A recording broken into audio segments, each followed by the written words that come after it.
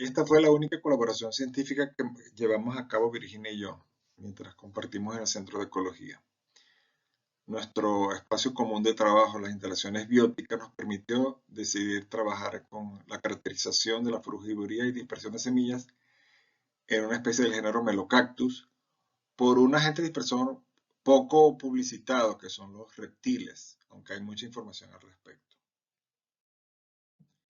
La saurocoria, o dispersión por reptiles, es bastante antigua. Posiblemente son los primeros agentes dispersores bióticos de plantas terrestres, remontándonos al Mesozoico medio. Y de estos reptiles, los lagartos son de los que más especies se ha encontrado que consumen frutos y dispersan las semillas, alcanzando cerca de 500 especies en la actualidad. No son los únicos, también quelonios, terrestres y acuáticos, e incluso cocodrilos, consumen frutas y son agentes dispersores de las semillas. Dentro de los lagartos hay muchas especies y representadas en 27 familias, 128 géneros y casi 500 especies. El doble representados en islas y en tierra firme. El consumo de frutas por lagartos ocurre en una amplia gama de ambientes continentales e insulares. Sin embargo, los estudiosos han encontrado que en islas, zonas áridas y de alta montaña, el número de lagartos consumidores de frutos es proporcionalmente mucho más elevado que en zonas continentales. Y esto lo explican por la hipótesis de la escasez de artrópodos. En estos ambientes hay una menor riqueza de artrópodos y una menor abundancia de artrópodos que en tierra firme. Entonces, los lagartos en estos ambientes han ampliado su nicho trófico al consumo de alimentos de origen vegetal, en parte las frutas de muchas plantas. No se puede hablar de un síndrome particular de saurocoria que nos permita distinguirlos de otros síndromes de dispersión de semillas.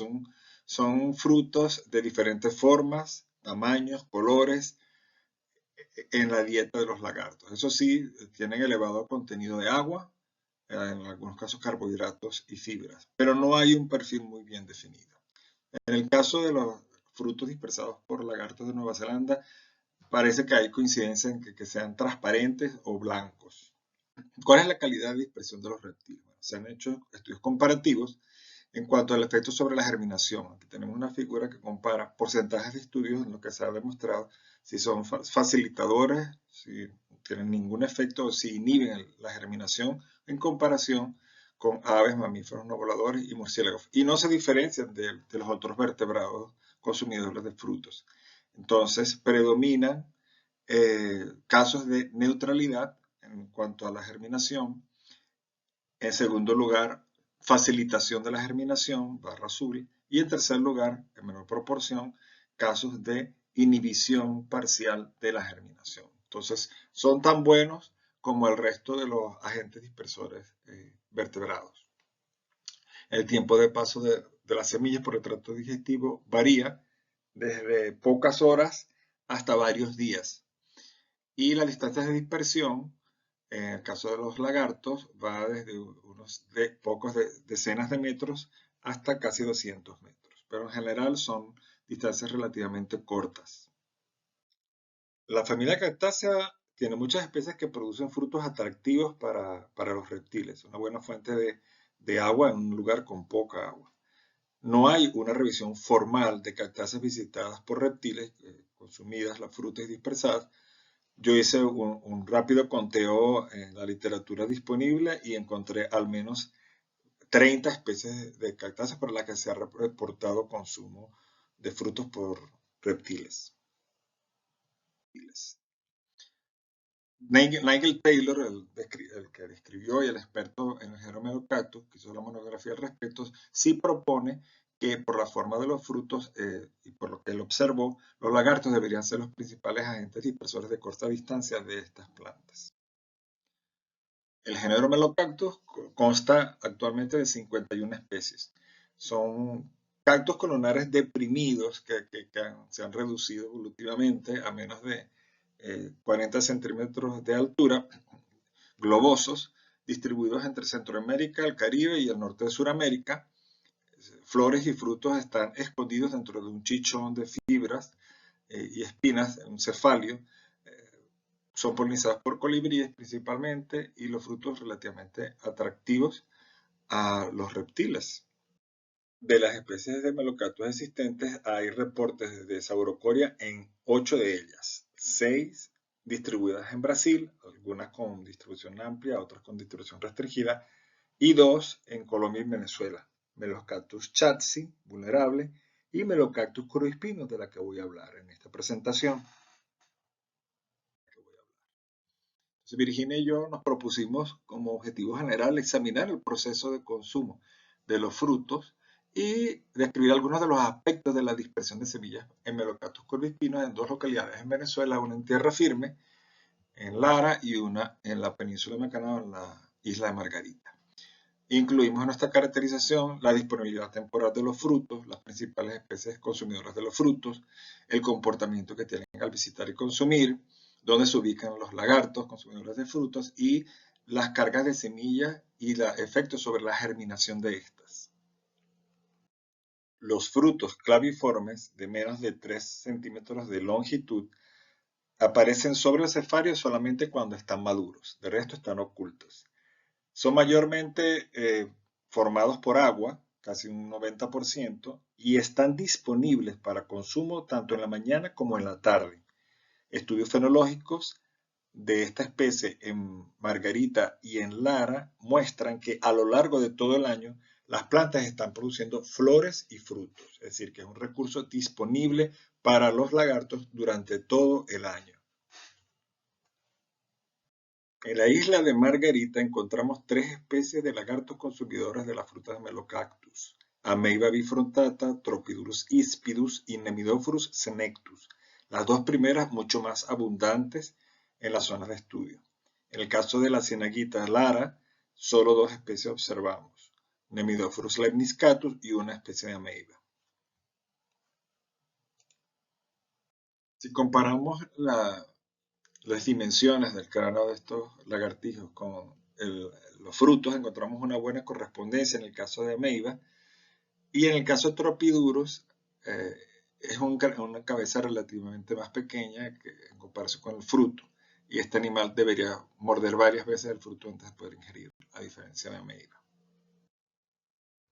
Estos animales rápidamente suben a los cefarios, revisan y si hay fruto lo consumen directamente sobre el cefario o se alejan a corta distancia y lo consumen en la tierra. Estamos hablando de distancias menos de 10 metros. Para observar y registrar el consumo de los frutos, llevamos a cabo estudios en campo entre 7 y 11 meses, dividiendo el tiempo en bloques matutinos de 6 horas o vespertinos de 6 horas, y escogimos campos de observación al azar, contamos los melocactus presentes, cuántos tenían frutos y dedicamos a observar, reportar visitas y consumos, describiendo especies de lagartos visitantes, número de visitas por cactus, número de eventos de consumo, a qué hora llegaban, a qué hora se alejaban y qué distancia recorrían inmediatamente después. Estos son los resultados para la isla de Margarita, donde encontramos 2 tipos de ambientes, pedregoso y arenoso, y en cada uno de ellos se llevó igual cantidad de observaciones mañana y tarde para un total de 26 días, desde octubre de 2006 hasta agosto de 2007. En relación a visitas, se contaron 54 visitas, 22 de ellas por Tropidurus ispidus, 16 por Ameiba bifrontata y 16 por Nemidophorus senectus. En promedio, se contaron bien 2.2 visitas por intervalos de 6 horas y 0.35 visitas por cactus observado.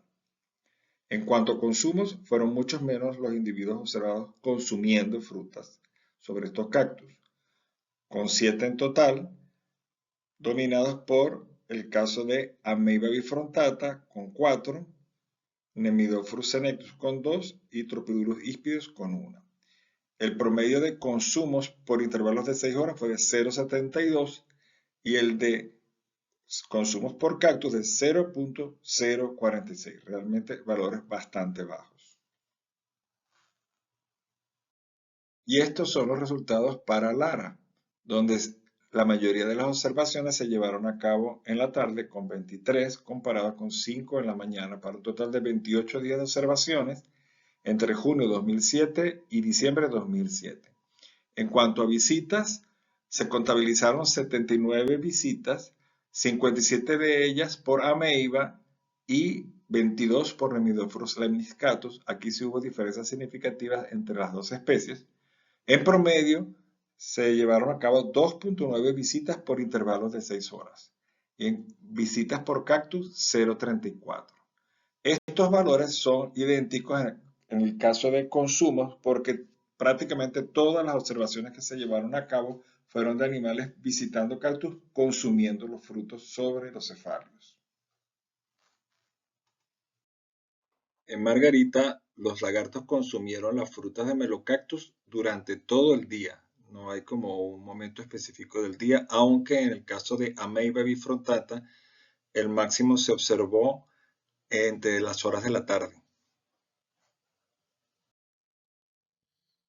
Las frutas producen cerca de 300 semillas, son pequeñas, y nosotros colectamos masas fecales que se podían diferenciar dependiendo de la especie de lagartija y nos pusimos a analizarlas a la lupa, encontrando que el porcentaje de heces con semillas fue superior en Ameiba bifrontata comparado con Tropidurus ispidus, casi un 54% contra un 20%, y además en las masas fecales de ameiba, el número de semillas por masa fecal fue mucho superior, 23 semillas en promedio contra 5 semillas en promedio en el caso de Tropidurus. También hicimos experimentos de germinación, comparando cómo germinaban en placas de Petri las semillas sometidas a pulpa, la pulpa directa de las frutas, semillas lavadas con agua, removiendo la pulpa, y semillas obtenidas de las heces de ameiba. Las semillas con pulpa presentaron un problema de inhibición de la germinación que duró varios días hasta que fueron finalmente lavadas porque había que regar las placas. Pero hay un proceso de inhibición de germinación cuando están expuestas a la pulpa. Si se elimina esa pulpa, la germinación ocurre mucho más rápido, al sexto día, que coincidió con el porcentaje de germinación, los patrones de germinación de las semillas en las masas fecales de ameiba. Entonces, el paso por el tracto digestivo de ameiba es un proceso limpiador, removedor y facilitador de la germinación, alcanzándose cerca de 100% de germinación en el caso de ameiba. Pareciera que la dispersión de las semillas es sobre cortas distancias. Estos animalitos no se separaron nunca más de 10 metros de los cactus y no sabemos, eso sí, a dónde van después. Pero en general los lagartijos no se mueven sobre largas distancias. Hicimos un estudio de tiempo de tránsito de las semillas en el tracto digestivo, alimentándolas en cautiverio y contando el tiempo que pasaba antes de defecar. Y en el caso de ameiba fue relativamente rápido, menos de 40 minutos. En el caso de Tropidurus, unas pocas horas. Nunca valores de días.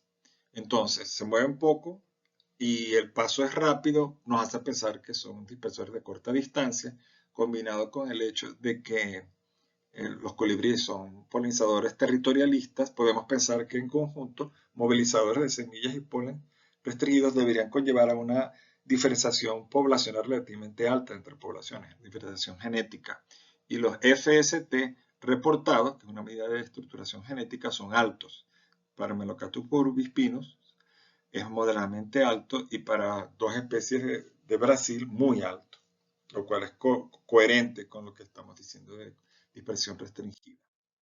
En conclusión, el patrón de consumo de frutos y los aspectos vinculados a la dispersión de semillas que hemos presentado apoyan la hipótesis de Taylor de que la sauroporia es el sistema de dispersión predominante en los melocactus. Estos lagartijos son agentes dispersores legítimos de Melocactus corvispinus y los únicos que nosotros observamos importantes en las dos localidades estudiadas. Y de estos lagartijos, en el caso de Ameiba bifrontata, pareciera ser el principal agente dispersor de Melocactus curvispinus en la isla de Margarita, porque hay una buena correspondencia dimensional, busca fruto, la asociación espacial al hábitat de este cactus es alta, ellos son lagartos de zonas abiertas donde está este cactus, y hay una elevada frecuencia de heces con semillas, además de muchas semillas en las masas fecales. Gracias.